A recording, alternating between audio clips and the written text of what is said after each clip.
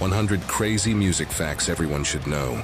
Metallica are the only band to have ever played in all 7 continents. In Antarctica, they performed for 120 scientists in a see-through dome. Eminem's hit song, Rap God, holds the world record for the highest number of words contained in one song. It has an astounding 1,560 words at an average of 4.28 words per second. Prince wrote his first album, For You, when he was just 20 years old. On it, he played a total of 27 musical instruments. They included hand claps, finger snaps, and a polymoog. David Bowie's distinctive eyes, with one pupil permanently enlarged, came from a childhood fight. He tricked a friend into abandoning a date, letting Bowie sweep in instead, and the friend later punched him into the emergency room. Marvin Gaye got a 15-year-old pregnant. No, this wasn't some young fan of his. This was his wife's niece. When Mariah Carey gave birth to twins, she had the hospital play a recording of her performing Fantasy. She also insisted that it had to be the live version so that she'd hear a crowd cheering for her. In 1997, the Flaming Lips recorded a 4-disc album. The album's 8 tracks weren't divided among the discs like normal with 2 tracks on each. Instead, each song's audio channels were divided among the discs, so you had to play all 4 discs simultaneously on 4 separate CD players to hear the music. Slash from Guns N' Roses says he wasn't trying to create a wacky persona when he donned his famous hat and hair. He chose those to hide his face out of embarrassment due to stage fright. Everyone eventually learned Michael Jackson had a skin condition, but the first clue came before his face changed. That trademark glove of his wasn't just an affectation. He wore it to cover the vitiligo patches on his hand. The greatest honor Whitney Houston ever received was when Saddam Hussein chose I Will Always Love You as his campaign song. The unauthorized Houston endorsement must have been truly effective, as a reported 100% of the population voted that year, all for Saddam. Chuck Berry's duck walk started because he realized one day that his pants were all crumpled, so he bent over to block the wrinkles with his guitar, thus starting the iconic duck walk. Elvis Presley never wrote a single song. All of his songs were written by other songwriters for him to perform. Of the over 600 he recorded, not one of them was written by him. Lead singer Axl Rose wrote the lyrics to Sweet Child O' Mine while hearing the guitar ringing from another room. As a result, it spent 24 weeks in the charts at number 1, which is absolutely mind-blowing when you realize it was written in 5 minutes. Scream is Michael Jackson's first single from the History album, notable for its record-breaking cost of $10.7 million for its spaceship set. It is the most expensive music video ever produced, which ultimately won it a Grammy for Best Short-Form Music Video. The Beatles got rejected in an audition for a record company. Despite performing 15 songs in an hour during an audition for Decca Records, the label believed guitar groups were on the decline and couldn't foresee their future success in show business. The song Macarena is about a woman trying to cheat while her boyfriend is being drafted into the military.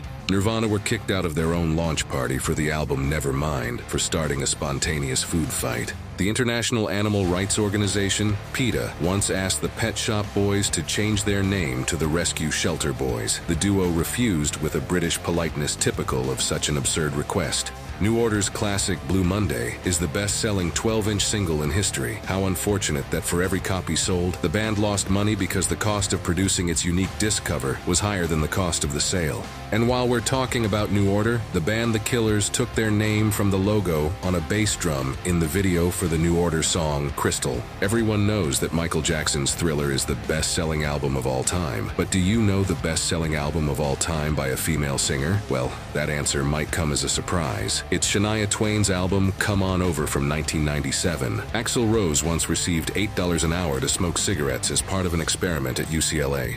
The reason why Nirvana's Smells Like Teen Spirit music video features a server with a mop and a bucket is that Kurt Cobain had to work as a server at the school where he studied, a period that scarred him badly and shaped his rebellious personality. Before becoming famous, Elvis Presley was a truck driver, Sting an English teacher, Madonna a waitress at Dunkin' Donuts, and Johnny Cash deciphered encrypted codes in the military.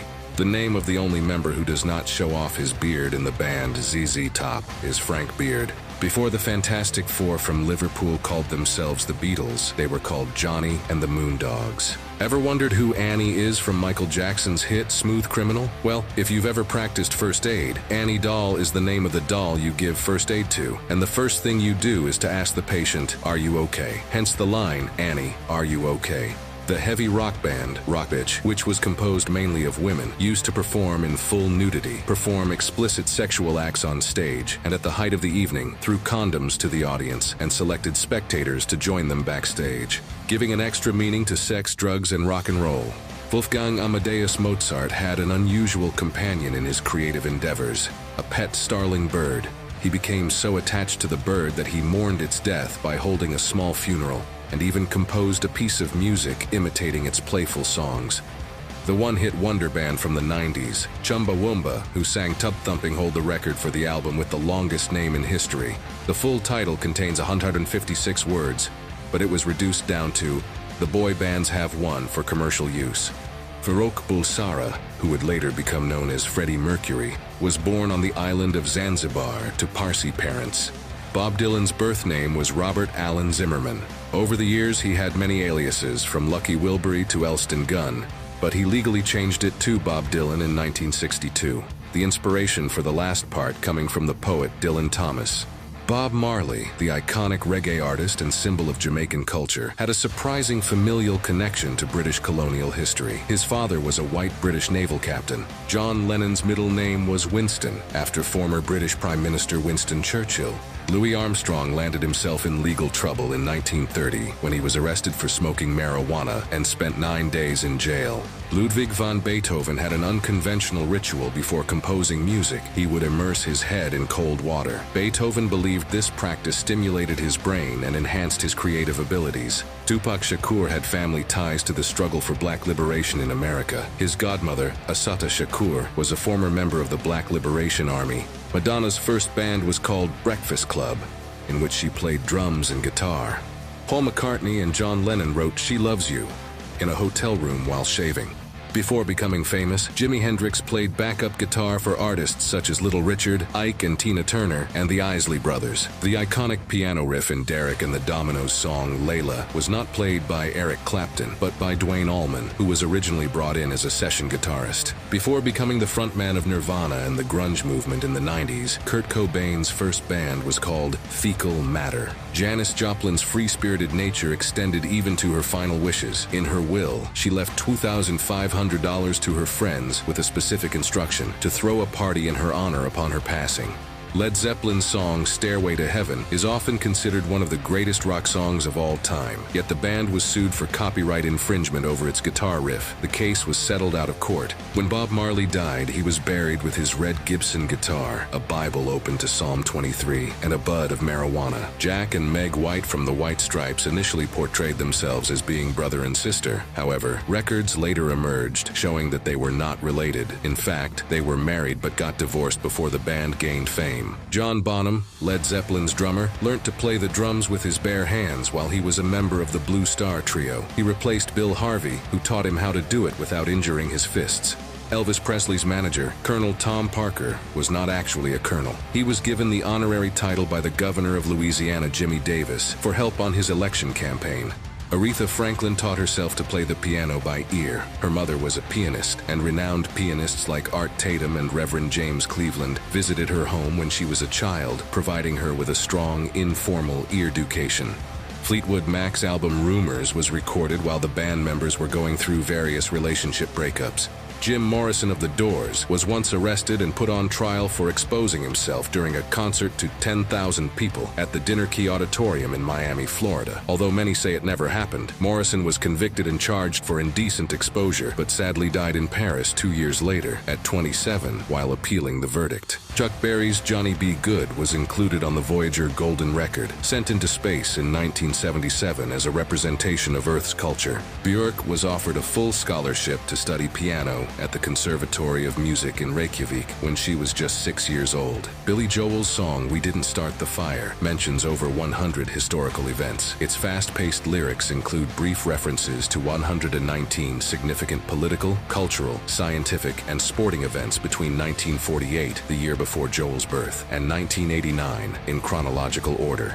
The Red Hot Chili Peppers' original name was Tony Flo, and the miraculously majestic Masters of Mayhem. The Ramones all adopted the last name Ramone, even though they were not related. They got the idea from a story they heard about Paul McCartney. It said that when the Beatles were touring Scotland, McCartney didn't want to feel left out for not being Scottish, so he briefly adopted the alias Paul Ramone to blend in. Bruno Mars's birth name is Peter Jean Hernandez, and he chose Mars as his last name because girls used to say he was out of this world, although I think Bruno Uranus has a better ring to it. Pink Floyd's Dark Side of the Moon spent a record-breaking 937 weeks, over 17 years, on the Billboard 200 chart. Jimi Hendrix wrote the song The Wind Cries Mary in London in 1967 for his then live-in girlfriend, Kathy Mary Etchingham, as an apology for berating her over her lumpy mashed potatoes. Tony Iommi of Black Sabbath once believed his LA house was haunted due to strange noises in the walls. Despite calling the police multiple times, nothing was found until he set up booby traps and discovered someone had been living in the crawl space after finding a mattress and coffee can full of cigarette butts. Since then, he keeps Rottweilers at home for security.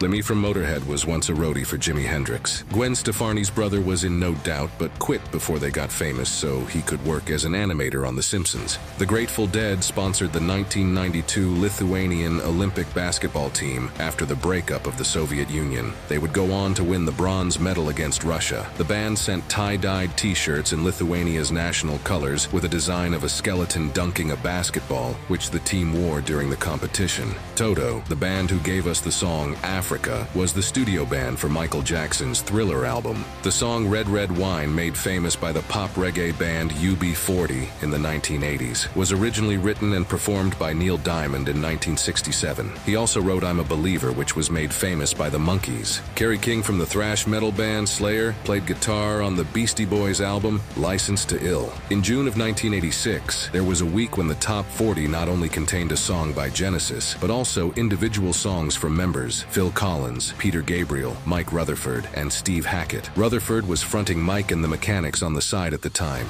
Ever heard of Warren Cucurullo? Well, he was once a guitarist for Frank Zappa, Missing Persons, and Duran Duran. He helped to give Duran Duran two of their biggest hits, Ordinary World and Come Undone. In 2001, he was fired from Duran Duran and went on to do gay porn. He even made and sold a self-modeled dildo he called the Rock Rod. A crazed fan once infiltrated the crawl space of Prince's hotel room, reciting Bible verses in an attempt to bring him back to his faith after the musician converted to Jehovah's Witness. He should have just knocked on the door. All four members of the Beatles were still in their 20s when the band broke up. Creedence Clearwater Revival were only together for 4 years before they broke up. In that time, they released 7 albums, with 6 of them being released in the first 2 years. Even though they had 9 singles reach the top 10, the band never had a #1 hit, but they do hold the record for the most #2 hits. John Fogerty was once sued for sounding too much like Creedence Clearwater Revival, aka John Fogerty, the only man in history sued for plagiarizing himself. Ain't that a kick in the head? Ella Fitzgerald had such good pitch the band tuned to her. She also entered an amateur night at the Apollo Theater with a dancing routine when she was young, but decided to sing instead and won. Not only is Paul McCartney credited with playing the celery on the Beach Boys song Vegetables, but you can also hear him chewing on a carrot in Super Furry Animals song Receptacle for the Respectable. Just listen for the crunch. Jon Bon Jovi's first recorded singing was on Christmas in the Stars, the Star Wars Christmas album. Singing R2-D2 We Wish You a Merry Christmas, he is credited as his given name, Jon Bon Jovi. During James Brown's live performances, if you ever heard him saying, "I gotcha," it indicated catching a band member's mistake, resulting in a $50 fine. 3 instances of this led to being left behind on tour, regardless of the location. Additionally, one of Brown's dance moves, where he would put up his fingers rapidly one at a time, signaled the amount of deductions from the musician's pay. The Smashing Pumpkins frontman Billy Corgan is an avid collector of vintage guitars, with a collection that includes over 300 instruments. Bob Dylan thought the Beatles were singing I Get High instead of I Can't Hide and I Want to Hold Your Hand, so he brought a bunch of weed when he met them. It was the first time the Beatles smoked marijuana. Bob lit one, handed it to Ringo, and Ringo proceeded to smoke the whole thing because that's what he thought he was supposed to do.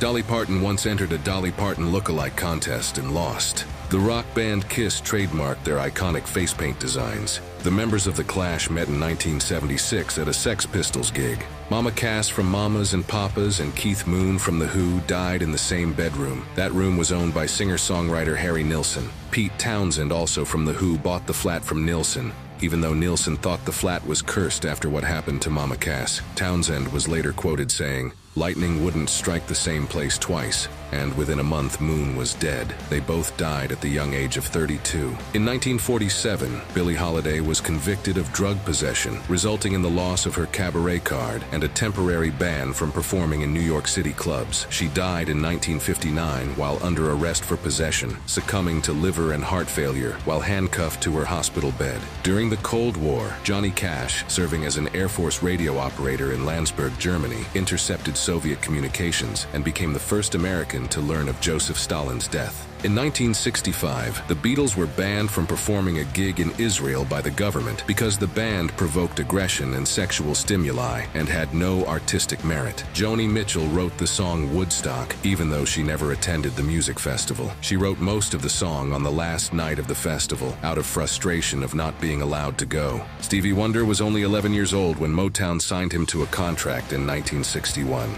Famed jazz musician Miles Davis often wore a protective cup to shield his private parts from rowdy audience members who threw bottles at his performances. For his 34th birthday, Billy Idol took over the penthouse of the Oriental Hotel in Bangkok. After 3 weeks of partying and $250,000 damage, he was asked to leave. When he didn't, the military was called in. They shot him with a tranquilizer dart and hauled him out on a stretcher. When they were touring the world back in the 1980s, Duran Duran used to have the local age of consent printed on their daily itineraries so as to avoid any misunderstandings.